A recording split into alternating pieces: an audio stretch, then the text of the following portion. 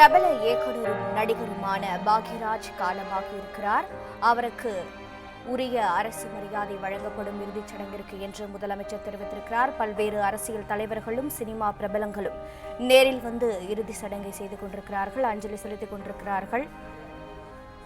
மேலும் இது தொடர்பான விவரங்களோடு செய்தியாளர் பாண்டியராஜன் இணைப்பில் இருக்கிறார். பாண்டியராஜன் வணக்கம். பன்முக தன்மை கொண்ட ஒரு கலைஞர் பிரிந்திருக்கிறார். இது தொடர்பான மேலும் தகவல்களை பதிவு செய்யலாம். 73 வயதில் தமிழ் சினிமாவினுடைய திரை ஆளுமையாக இருந்த பாக்யராஜ் அவர்கள் இன்று காலை காலமடைந்திருக்கிறார். அவருடைய உடல் நுங்கம்பாக்கத்தினுடைய அவருடைய இல்லத்தில் வைக்கப்பட்டிருக்கிறது. பொதுமக்கள் மற்றும் அரசியல் பிரபலங்கள், சினிமா பிரபலங்கள் எல்லோரும் அவருடைய உடலுக்கு அஞ்சலி செலுத்தக்கூடிய அந்த காட்சிகளையும் நாம் இன்று காலையிலிருந்து பார்த்துக் கொண்டிருக்கிறோம். பாக்யராஜ் அவர்களுடைய வருகைக்கு பிறகு தமிழ் சினிமாவினுடைய திரைக்கதை என்பது முற்றிலுமாக வேறுபட்டதாக மாறிவிட்டது. அவர் ஒரு ட்ரெண்ட் செட்டராக செயல்பட்டவர் என இங்கு சந்தித்திருக்கக்கூடிய ஏராளமான சினிமா பிரபலங்கள் தெரிவித்திருக்கிறார்கள். பாக்யராஜ் அவர்களுடைய திரைப்படத்தை ஒன்றாக பார்க்கும் பொழுது அவசர போலீஸ் 100 என்கின்ற ஒரு படத்தை அவர் எடுத்தார். 1990ஆம் ஆண்டு வெளிவந்த அவசர போலீஸ் திரைப்படத்தை பொறுத்த வரைக்கும் திரைக்கதையில் இதற்கு முன்பாக எடுக்கப்பட்டிருக்க ஒரு படத்தில் இருக்கக்கூடிய காட்சிகளை மீட்டுருவாக்கம் செய்து அதை வைத்து ஒரு படத்தை இயக்கக்கூடிய ஒரு பரிசோதனை முயற்சியை மேற்கொண்டு அதில் வெற்றியும் அடைந்திருக்கிறார் பாக்யராஜ் என்று சொல்லப்பட்டிருக்கிறது. தமிழ் சினிமாவினுடைய புதுமையான திரைக்கதை, சாமானிய மனிதனுடைய வாழ்க்கையை சுவாரஸ்யமாக காட்டக்கூடிய தனித்துவம் பெற்றவராக பாக்யராஜ் அவர்கள் தேர்ந்தெடுக்கிறார்கள். அந்த 1990ஆம் ஆண்டு வெளிவந்த அவசர போலீஸ் 100 இந்த திரைப்படம் அவரது திறமையை வேறொரு கோணத்தில் காட்டியிருப்பதாகத்தான் எல்லோராலும் அறியப்படக்கூடிய ஒன்றாக இருக்கிறது. இந்த திரைப்படம் மிகப்பெரிய வெற்றியை பெற்றிருக்கிறது என்றால் இதனுடைய தனி சிறப்பு பார்க்கும் பொழுது மறைந்த முன்னாள் முதலமைச்சர் எம்ஜிஆர் அவர்கள் நடித்த அண்ணா நீ என் தெய்வம் என்கின்ற ஒரு படம் இருக்கிறது. அந்த படம் வெளியாகவில்லை. எம்ஜிஆர் அவர்கள் நடித்து அந்த படம் தயாராக இருக்கிறது, ஆனால் அந்த படம் வெளியாகவில்லை. ஆனால் அண்ணா நீ என் தெய்வம் என்கின்ற எம்ஜிஆர் அவர்கள் நடித்திருக்கக்கூடிய படத்தில் இருக்கக்கூடிய காட்சிகளை எடுத்து அந்த காட்சிகளை மீட்டுருவாக்கம் செய்து அதற்காக ஒரு புதிய கதையை தயார் செய்து அந்த காட்சிகளை பயன்படுத்தி ஒரு படத்தை அவர் உருவாக்கி இருக்கிறார்.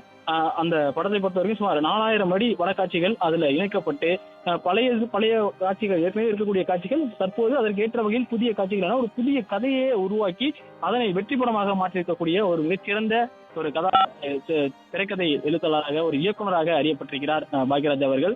அவசர போலீஸ் 100 என்பது எம்ஜிஆர் அவர்களும் பங்கேற்கக்கூடிய படமாக இருக்கும். மறைந்த முதலமைச்சர் அவர்கள் நடித்து வெளிவராத ஒரு திரைப்படத்தில் இருக்கக்கூடிய காட்சிகளை எடுத்து அதனுடன் கூடுதலாக சில காட்சிகளை சேர்த்து ஒரு புதிய திரைக்கதையை உருவாக்கி அவற்றை படமாக வெளியிட்டு அதை வெற்றி பெற்று ஒரு சாதனை புரிந்திருக்கக்கூடிய ஒரு நபராக பாக்யராஜ் அவர்கள் இருந்திருக்கிறார்கள்.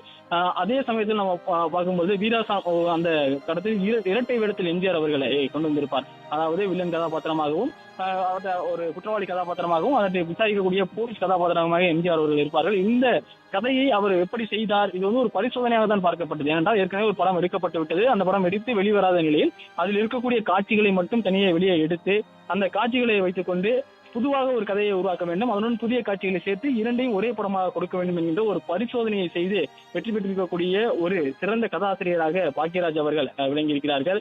குறிப்பாக இந்த அவசர போலீஸ் 100 என்கின்ற படம் வெளி மொழிகளிலேயுமே மாற்றுப்படங்களாக ரீமேக் செய்யப்பட்டிருக்கிறது. கோபி கிஷன் என 1994ஆம் ஆண்டு கன்னடத்திலும், ஜெகத் கில்லாடி என 1998ஆம் ஆண்டு ரீமேக் செய்யப்பட்டு இருக்கிறது. இந்த அவசர போலீஸ் 100 என்கின்ற படம் இந்திய அளவில் ஒரு மிகப்பெரிய தாக்கத்தை ஏற்படுத்தக்கூடிய ஒரு படமாகத்தான் பார்க்கப்படுகிறது. குறிப்பாக இன்று நாம் பேசுகிறோம். இன்றைய தமிழ் படங்களை எடுக்கும்போது, இன்றைய படங்களை நாம் கொண்டு வரும்போது பேன் இந்தியா மூவி என்கின்ற ஒரு வார்த்தையை சொல்கிறோம். அதாவது இந்தியாவில் இருக்கக்கூடிய அனைத்து ரசிகர்களும், இந்தியாவில் இருக்கக்கூடிய அனைத்து மாநில மக்களாலும் ஏற்றுக்கொள்ளக்கூடிய ஒரு திரைக்கதையை உருவாக்க வேண்டும், அப்படி அவர்களால் ரசிக்கக்கூடிய ஒரு படத்தை உருவாக்க வேண்டும் என்று. ஆனால் அன்றைய காலகட்டத்தில் பாலிவுட் சினிமாவில், அதாவது இந்தியில் இருக்கக்கூடிய சினிமாக்களை தமிழில் ரீமேக் செய்வார்கள். அங்கே இருக்கக்கூடிய கதைகளை எடுத்து இங்கு தமிழில் ஒரு கதையை உருவாக்கி அதனுடன் சேர்த்து படங்களை உருவாக்கக்கூடிய அந்த காலகட்டத்தில் தமிழக சினிமாவை, தென்னிந்திய சினிமாவை பாலிவுட் அளவிற்கு பேன் இந்தியா மூவியாக மாற்றக்கூடிய சக்தி வைத்தவராக பாக்யராஜ் அவர்கள் இருந்திருக்கிறார்கள். அமிதாப் பச்சன் பற்றி அவர் இயக்கக்கூடிய அந்த படத்தினுடைய அந்த தகவல்கள் எல்லாம் நாம் ஏற்கனவே பேசியிருந்தோம்.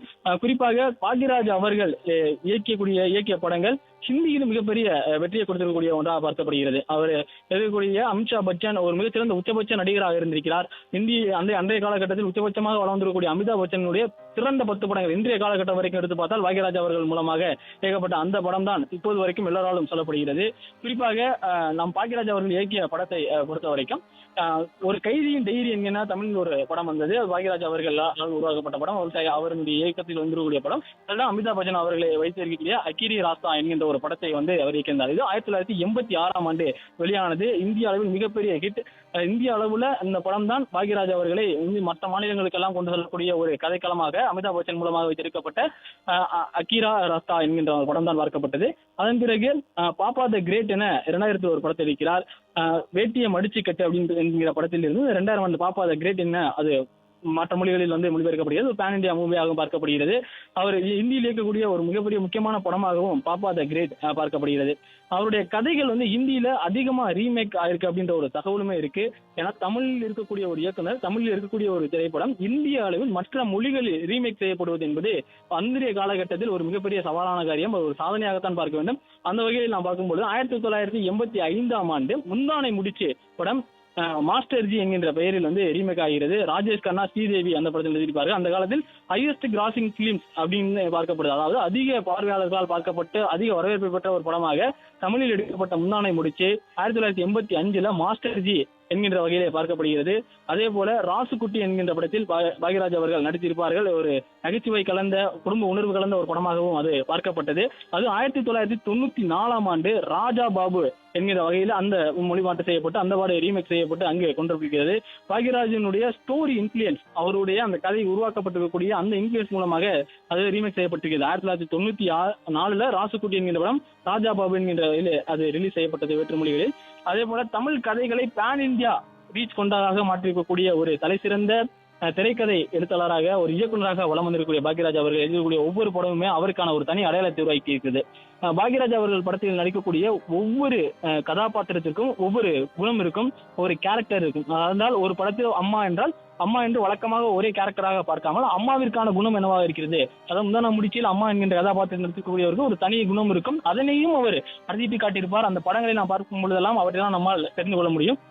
இது நம்மால் படத்தில் பாக்யராஜ் அவர்களுடைய அன்றைய காலகட்டத்தில் சாதிய அடக்குமுறைகளை கொண்டு வர வேண்டும், காதலுடன் சேர்த்துக் கொள்ள வேண்டும், ஒரு இளைஞனுடைய வறுமையோடு சேர்த்து கொடுக்க வேண்டும். அவற்றையெல்லாம் இயல்பாக இங்கு இருப்பவர்கள் எதிர்க்க முடியாத அளவிற்கு அவற்றையெல்லாம் மக்களிடம் சொல்ல வேண்டும் என்கின்ற வகையிலே இது நம்மால் படத்தில் காதல் கலந்து சாதிய ஏற்றத்தாழ்வுகளை உடைக்கக்கூடிய வகையிலே அந்த படத்தையும் அவர் கொண்டு வந்திருப்பார். ஒரு இளைஞனுடைய காதல் என்னவாக இருக்கிறது, அவனுடைய வறுமை என்னவாக இருக்கிறது, அவனுடைய படிப்பிற்கு ஏற்ற வேலை இல்லாத சூழலில் அவன் எவ்வாறு செயல்படுகிறான், சமூகத்தில் அவன் எவ்வாறு மதிக்கப்படுகிறான் என்கின்ற ஒவ்வொன்றையுமே தனித்தனி கதாபாத்திரங்கள் மூலமாக மிகவும் இயல்பாக வெளிப்படுத்தக்கூடிய அளவிற்கு பாக்யராஜ் அவர்களுடைய திரைப்படங்கள் எல்லாம் இருக்கக்கூடியதெல்லாம் நாம் பார்த்திருக்கிறோம்.